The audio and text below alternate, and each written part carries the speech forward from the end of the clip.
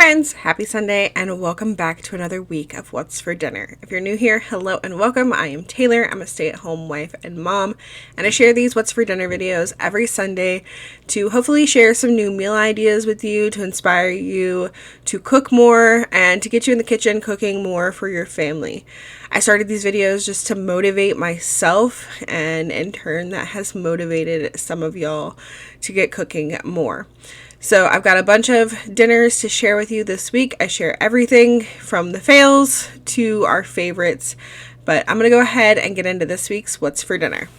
Friday night, I tried another recipe from the Pioneer Woman Super Easy Cookbook that I got for Christmas, and this recipe is for sheet pan mac and cheese. So I started off by bringing some salted water to a boil and cooking up 1 pound of some elbow macaroni, and I didn't cook this for the full time. I cooked it for about a minute less because it is going to continue to cook in the oven, so you don't want your noodles to end up being like super mushy. So just cook it for like 1 minute less, which I think was around 8 minutes for this macaroni. And then when it was done, I drained it and set it aside, and then I used that same pot to warm up 2 cans of evaporated milk.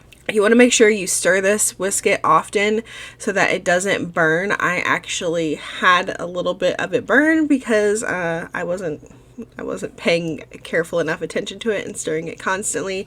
So at some point later in the video, you'll see me pick out a piece of like the burned milk / cheese from the bottom of the pot. It still tasted good. It didn't affect the flavor of the rest of it, but just make sure you watch it so that that doesn't happen. And then once that milk had gotten warmed up, then I added in 8 ounces of cubed up Velveeta and just let that start to melt.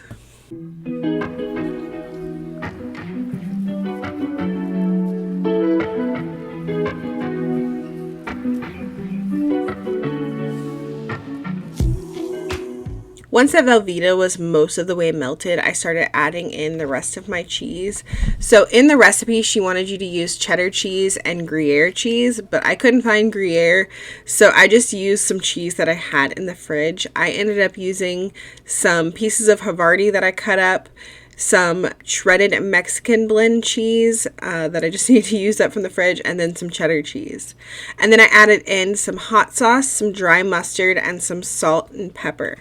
And then I just whisked this until all of that cheese and seasoning was all combined and melted, and I had a nice smooth sauce.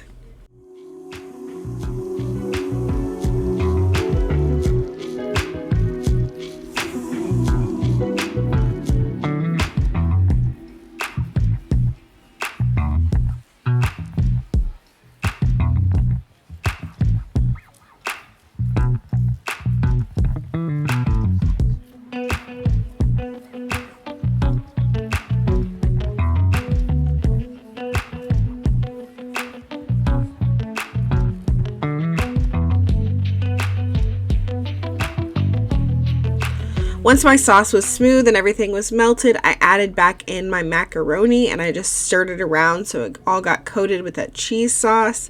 And then while I was working on this the whole time, I had the oven preheating to 425 with my sheet pan in the oven because you want to get the sheet pan nice and hot. I think that helps like macaroni get crispy having the pan already preheated, because you'll see when I pour it on there it sizzles. So I really think that that helped.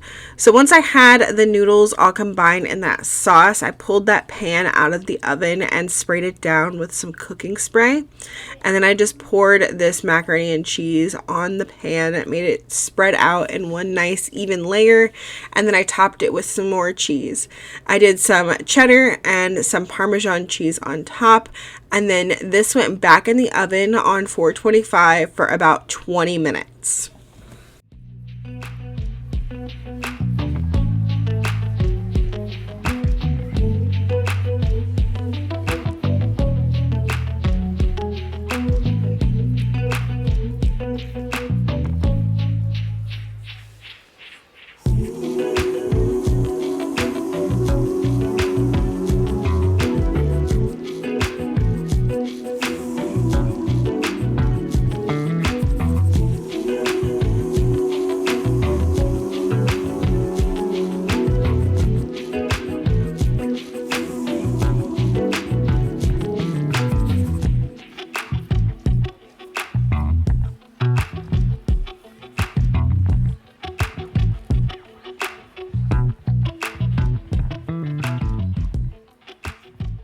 look at this. It turned out so good. If you're a fan of like that top piece of the mac and cheese, you want to make sure you get like that cheesy bit on top, you'll love this, because it being on a sheet pan like this, there's so much more of it. Nobody has to fight over it, and it was so delicious, and the leftovers were really good as well.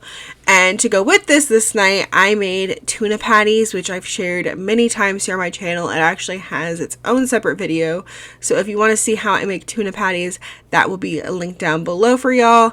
And we had some green beans and sliced tomatoes with it as well. Saturday night was a family favorite, which is a variation of the Mississippi pot roast. We did Mississippi chicken thighs, and I like to add carrots and potatoes to ours. And if you've never seen the Mississippi pot roast or the chicken thighs before, I will link a video down below where I've made it like in depth. But my family likes to have it over rice, so I also made some perfect white rice in our Instant Pot. And that was it. It was a super easy dinner. Didn't even film me putting it together, because Saturdays have been the days that I've been editing these videos. And I just like to keep things super simple so that I don't have a lot to do, so that I can focus on being with the kids and editing. And that's it for the whole day. Sunday night was the Super Bowl, and I wanted to make some queso. And so I planned on making this in the crock pot, but to be honest, my crock pot was dirty from the previous night's dinner. And I also thought that making it in the Instant Pot would be a little bit better, because I wasn't making like a whole bunch of queso, just enough basically for my family. I didn't want to have like a ton of leftovers.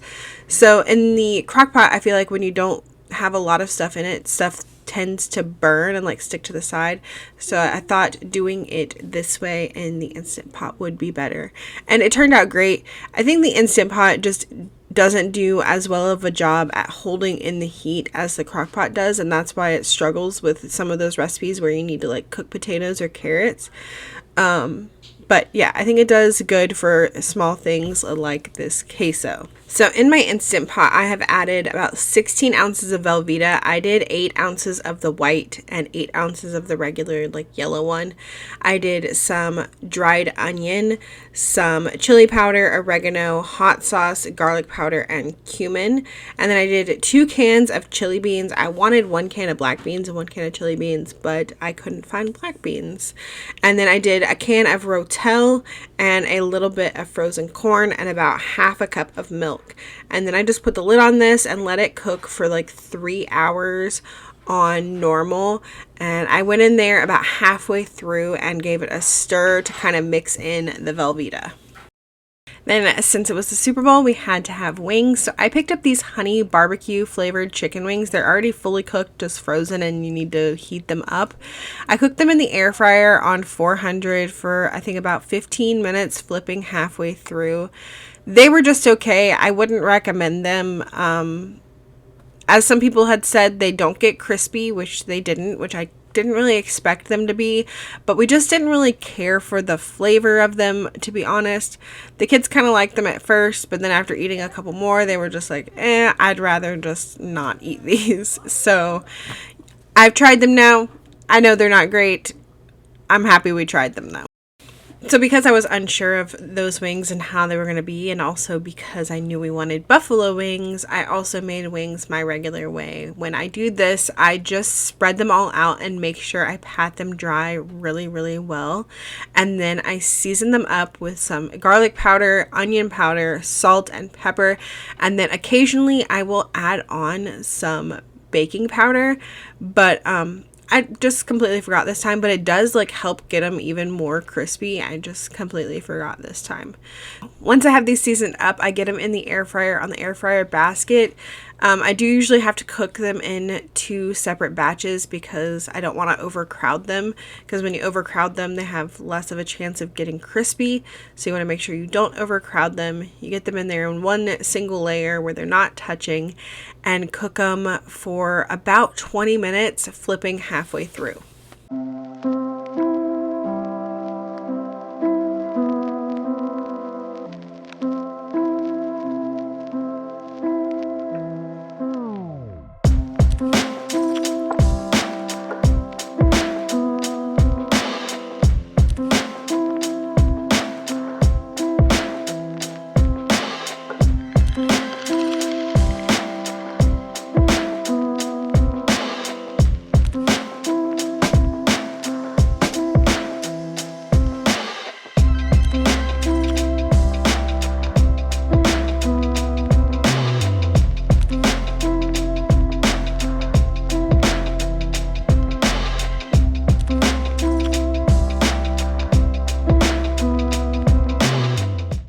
Monday night was Valentine's Day, and so I ordered another filet mignon and scallops from Good Chop. It was so delicious last time we had it, so I knew I had to get it again to make us a little special Valentine's Day steak dinner. So I just took these filet mignons out of the package, and then I dried them off really well with some paper towels, and I just let them sit at room temperature for about 30 minutes before cooking. You just kind of want to bring them up to room temperature because I've heard that that helps them cook more evenly. That's why I do it, to help them cook more evenly. While my steaks were coming up to temperature, I brought some salted water to a boil to cook up some of this Valentine's Day pasta that I got at Aldi. I'm just going to make some simple buttered noodles with this, just keeping it really simple. And then when I was ready to cook my steaks, I seasoned both sides with some salt and pepper. Then to my cast iron pan that I've heated up over medium heat, I added a little bit of olive oil and a little bit of butter. And then once that butter was melted, I added in my steaks. We like our steaks to be about on the medium side, so I tend to cook them for about 4 to 5 minutes per side. But it's going to depend on how done you want your steak and how thick your steaks are for how long you're going to cook it. I recommend using a thermometer and checking online for like about how long to cook based on the thickness and doneness of how you want your steak. While my steak was cooking, I started to prep my scallops. I do the same thing with these. I dry them off really well, and then I season them on both sides with some salt and pepper.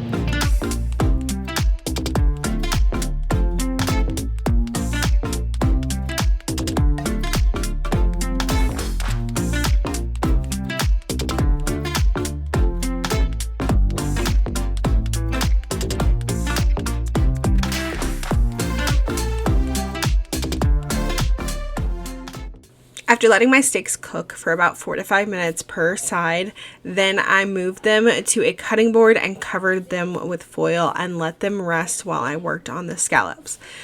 In the past, when I've done the scallops, I have used just like a completely fresh pan and cooked them in oil and butter.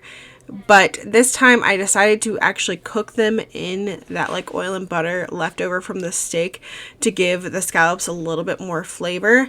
And while it did give the scallops a good flavor, they didn't get a good sear on them because I think there was just a little bit too much stuff in the pan. So in the future, I think I would drain off some of this stuff from the pan and then cook the scallops. Because I really do like to get a really nice crispy sear on my scallops, and they just didn't do that this time, which was kind of disappointing, but they did still taste really delicious.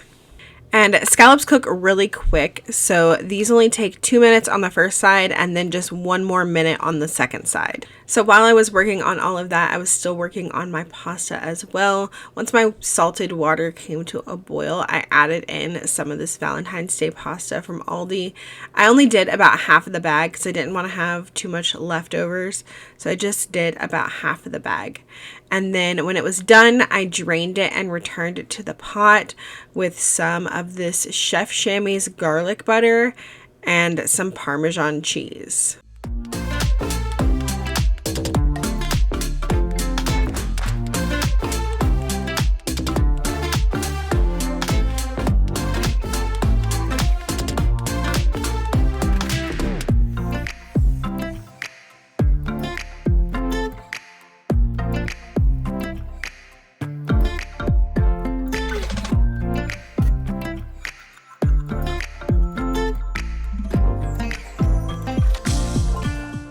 And here is our dinner. We just had our steak with the scallops for me and Andy. The kids won't even try them. And then our like Parmesan pasta. And that was it. Could I have done more, like made a salad and whatnot? Yeah, I could have. But this was plenty of food for us. It filled us all up. and it was such a good dinner. Tuesday night, I made up a recipe for a super simple pepperoni pizza pasta. So I started off by just bringing some salted water to a boil and boiling up 1 pound of shell pasta just until it was almost cooked through, like a minute less, because I am going to be putting this in the oven. Typically when I do a pizza pasta, I do like sausage or ground beef or something in it.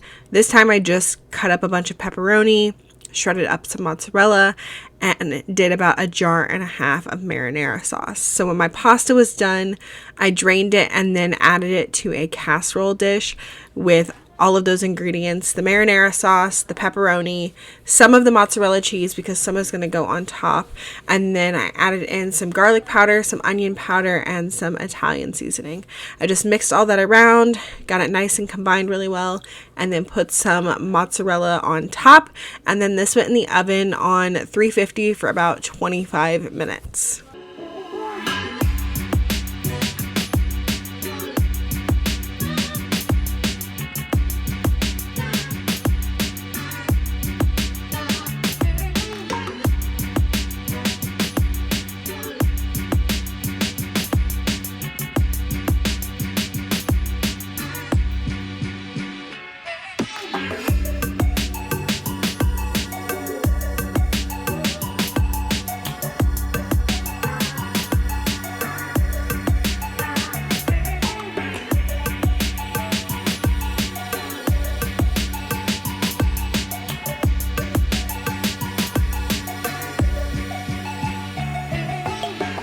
This turned out really good for a meal that I just kind of winged it and threw together with some random ingredients that I had on hand.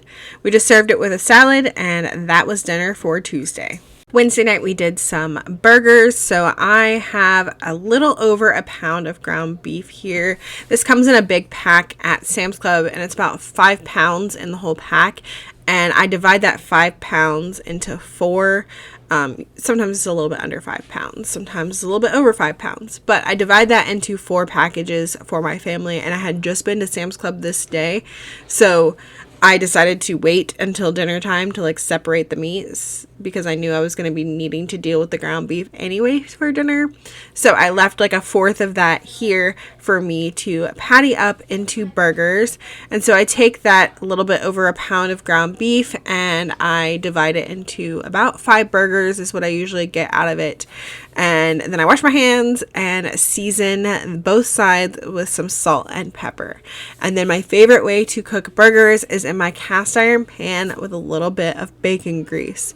I've always got bacon grease in my fridge, so I just pull that out and do somewhere around like 1/2 tablespoon to a tablespoon to put in the bottom of my pan, and then I will cook up my burgers in that.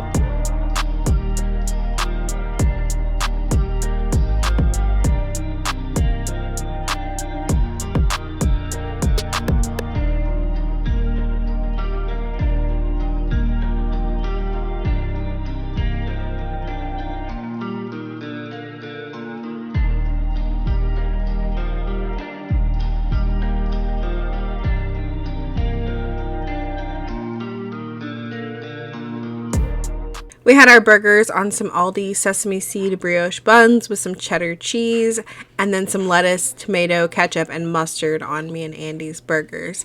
And then we just had some tater tots on the side. Thursday night for dinner, I made some shrimp fried rice. So I started off by heating up my skillet with a little bit of olive oil and a little bit of sesame oil. And then once that was hot, I added in my shrimp and I seasoned up my shrimp with some salt and pepper, some onion powder, and some garlic powder. And I just let that cook for a couple of minutes until the shrimp was cooked through. It doesn't take very long at all. You just got to flip it over about halfway through the cooking time.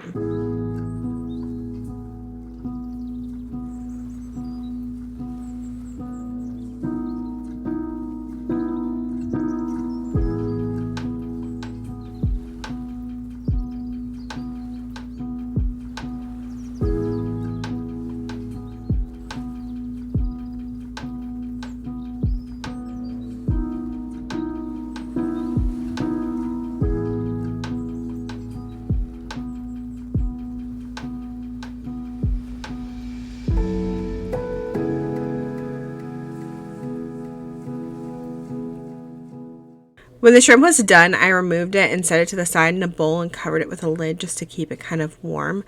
And then in this pan, I added a little bit more olive oil and sesame oil. And then I'm going to add in my rice.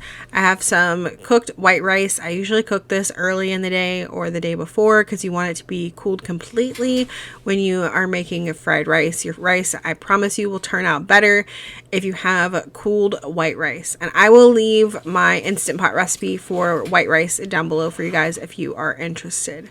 So I add that to the pan. Typically I would add in some of the white parts of the green onion first and kind of saute that around, but I was out, so I didn't do that. So instead I just seasoned the rice with a little bit of onion powder and some garlic powder, a little bit of salt because you're going to get a lot of salt from the soy sauce later, and then some black pepper. And I just toss that around for a little bit, a couple minutes, to kind of warm up the rice and break up any chunks of rice.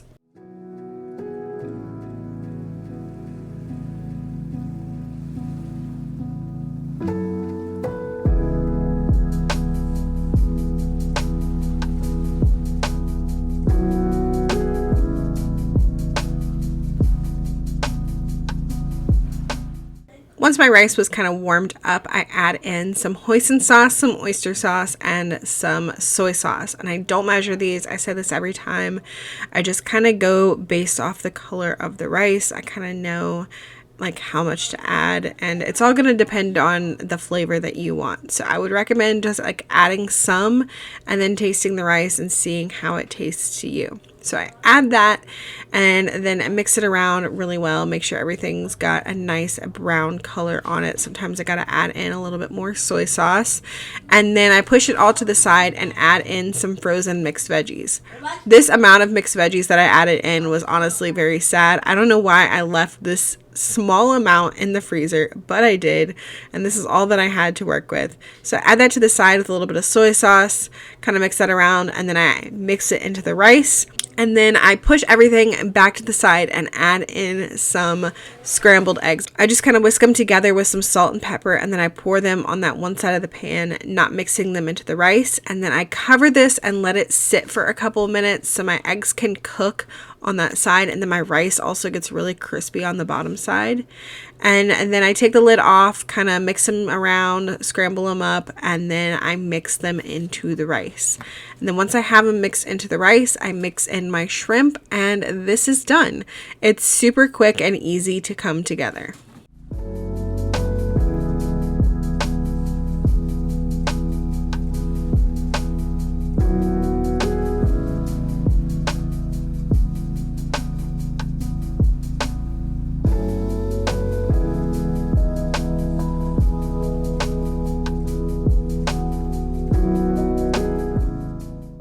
To go with our shrimp fried rice, I decided to make these pork pot stickers.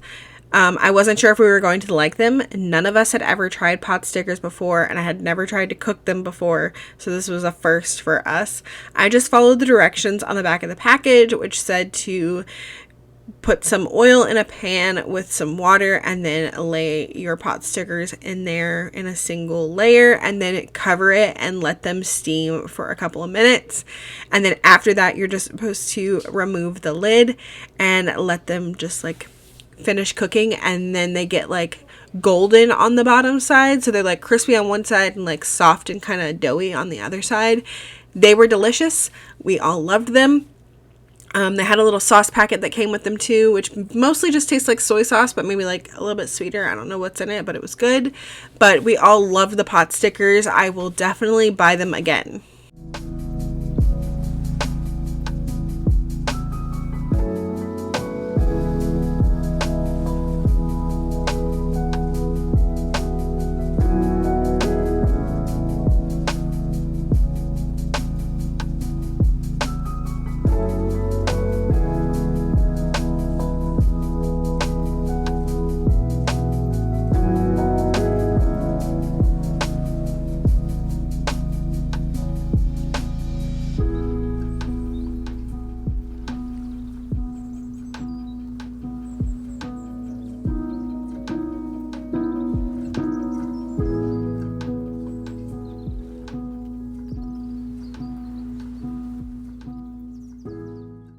And that is going to be it for this week's What's for Dinner. I hope that you guys enjoyed it. If you got some new ideas of some things to try, let me know down below what you plan on trying.